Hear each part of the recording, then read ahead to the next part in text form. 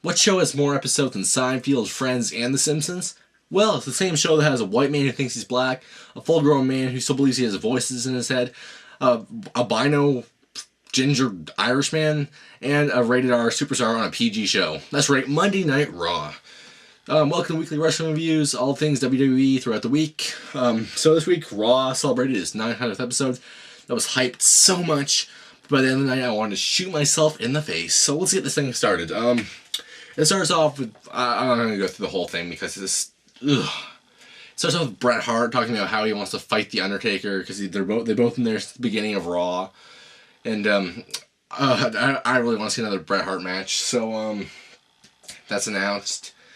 And I honestly can't remember anything that happened on Raw. It's a big blank in my head. He says it was that bad, but I'll tell you over some of the things I remember.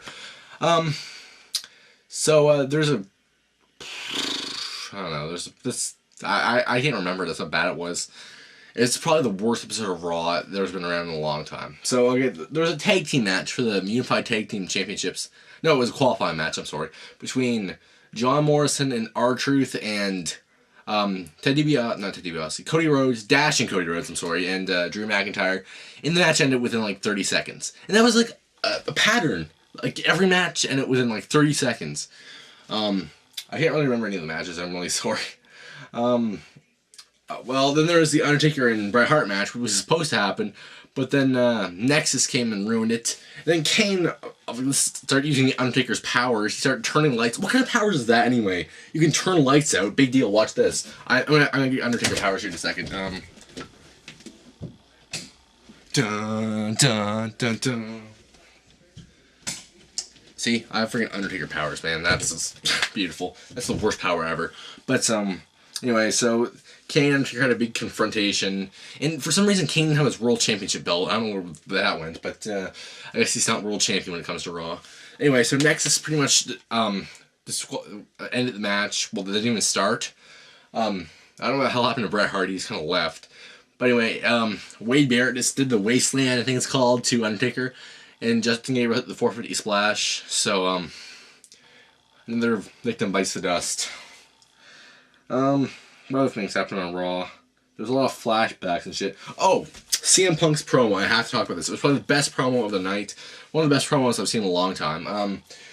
It's just CM Punk talking about all the things that were wrong with Raw, like in the past, like not violence, but drinking, language, domestic violence.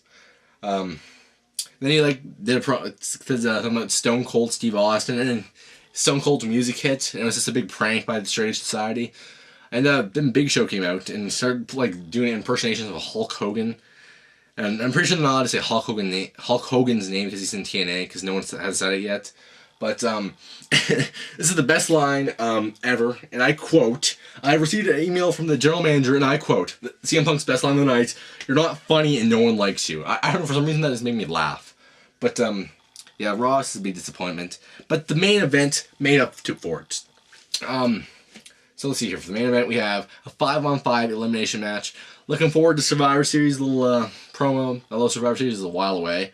Anyway, so it was Sheamus, the Human Jar of Mayonnaise, Chris Jericho, Edge, John Cena, and WWE's Apex Predator, the Legend Killer, the Viper, Randy Orton. Sorry, I still really hyped up. Against the Nexus, 5-on-5 elimination match. This match was really good. I watched it a few times, actually, because it was that good. So, pretty much the eliminations went like this. Chris Jericho goes in the ring, does a little like that, and then jumps out of the ring, gets counted out. So, now it's 4-on-5 for the Nexus with the lead. Then Edge gets in the ring, he slaps the referee's bitch-ass face, and then gets disqualified. So now it's 3-on-5. So we have John Cena, Sheamus, and Randy Orton. Beautiful.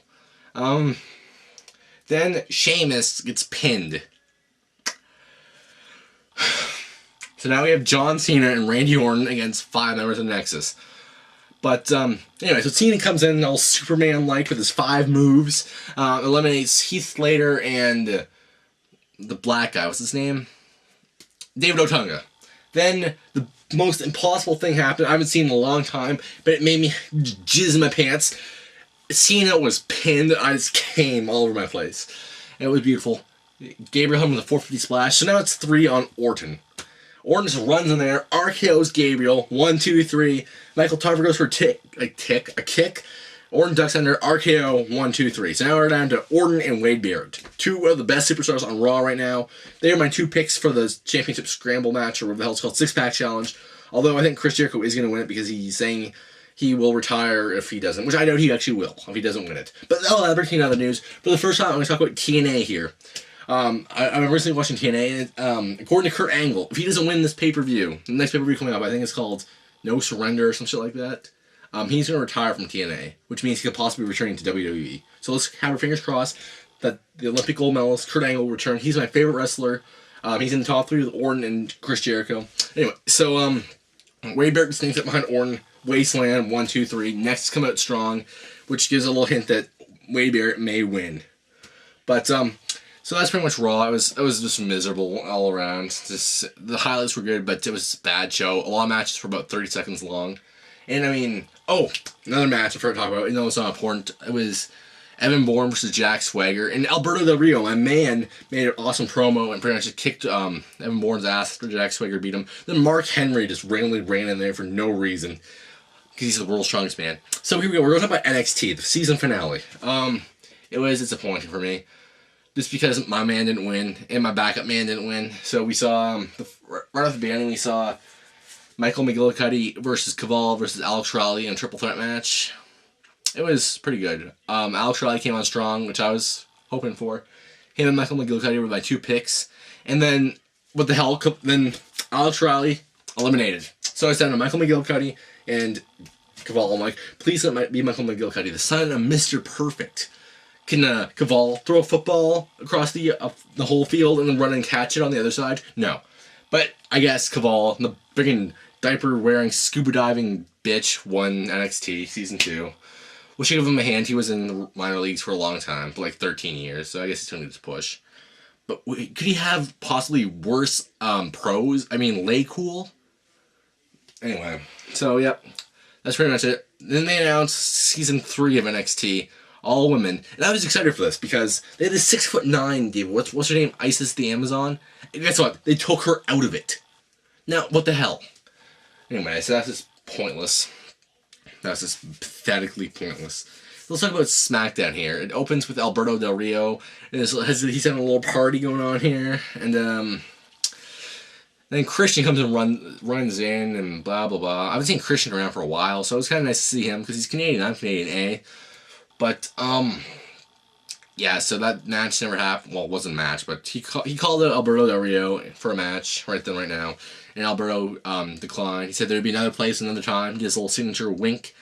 That's a champion wink. Then Drew McIntyre, the sinister sexual Scotsman, comes up behind, beats the shit out of him.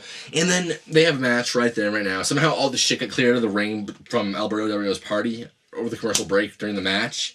But, so yeah, we saw Christian go over Drew McIntyre with his new signature move, a pin. I mean, we've been seeing, like, people, like, chokeslam Drew McIntyre and twist of fate Drew McIntyre, but apparently this rolling him up for a pin is all it takes, so. So Christian wins again, in a horrible manner. Then we saw Smelly Kelly Kelly. She's hot, man. Don't be dissing her. I take on Michelle McCool, who is dating The Undertaker, so I guess she's going to have to win. So Kelly loses to Michelle McCool. You're not enough for me. Yeah.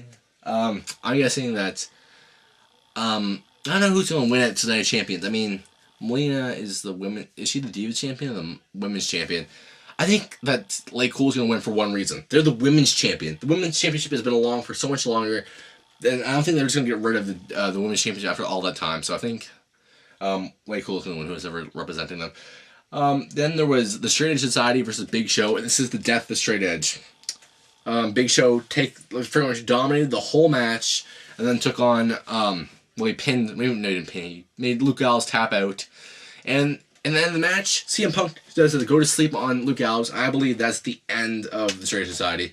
Serena's gone. Joey Mercury's gonna be out for 6 months due to the surgery he had, and the Straight Edge Society is just falling apart. I forgot to cover something on NXT. Let's rewind here. At the end of NXT, Cavallos is in there talking about how he's a diaper-wearing baby and he's happy that he won. And then all the rookies attack him. Are we seeing Nexus 2 here? That'd be cool. We have Nexus on Raw and Nexus on SmackDown. That'd be a really cool plot twist, man. Or they could just join up with Nexus. Now they're down to 5 members. I mean, so let me check the time here. I want to go over. Oh, I'm good. So that was that for SmackDown. The Story Society is dying, and then we saw the best match of the night: Chris Masters versus Dolph Ziggler. Oh my God, shoot me now. What happened to Chris Masters? Remember how he's all strong doing his master lock and shit, and now he's just a complete jobber. So pretty much Dolph Ziggler won the match in like 5 minutes. Master goes for the master lock. Dolph runs up the turnbuckles, does a flip, and then hits him with the zigzag, which was a really sloppy zigzag, by the way. He didn't even touch him. He just kind of slapped him in the face and fell backwards. It was really sloppy. This is Italy, so Dolph Ziggler was really strong. I don't know where Kofi Kingston was. Who cares? I was confused. Is he from Jamaica or Africa? Wasn't he from Jamaica when he debuted? Now he's from West Gonorrhea, Africa? I don't know. Kofi, man, I met you twice, but you have to decide where you want to live, man. You can't just be migrating all over the damn place. Decide, man. Decide. And then we saw another great Kane Undertaker promo. It was probably the best. Kane's promos get better and better every week. He's looking so much stronger. I mean, look back to WrestleMania 20 or 21, I believe. The second time Kane and Undertaker met in WrestleMania. It was pathetic how bad Kane did in that match. And then we went to WrestleMania 14. Kane was so dominant. I mean, he took 3 tombstones to pin him. And that's the Kane we're seeing now. We're going to go back to masked Kane without the mask. If Kane brings back the mask at that match, it'll be so amazing. But I think Kane's going to retain at Night of Champions. Oh, I kind of missed a part there. So anyway, Kane accepts Undertaker's challenge, and he'll face him for the World Championship at Night of Champions, and he will retain. I'm just saying that now, Undertaker fans, I'm sorry. It's going to end at Hell in a Cell, next pay-per-view after Night of Champions, where I think Undertaker's going to go over Kane. So that was a pretty interesting promo. You see Undertaker's music and Druids' play, and they're carrying a casket down. Then Kane pops out, and it was pretty cool. So that's pretty much Undertaker's superpowers. He can turn the lights out. And Kane's very proud that he has those powers now. That's just bad, I'm sorry. He's just going on for about 10 minutes like, your powers are mine. I'm like, dude, I can go turn on the light if I want to. It's not that hard. But they're not the most stable people. So I guess Randy Orton's not the only one hearing voices in his head. If Randy Orton ever opens a company, the logo could be like, Randy Orton Inc., hearing voices since 2007. But, let's see how much time I have left, because I want to, throw down a few predictions here. Okay, I have enough time. So, so far the only matches we have announced so far are, for Night of Champions, are the World Championship, the Six Pack Challenge, and the Divas Championship.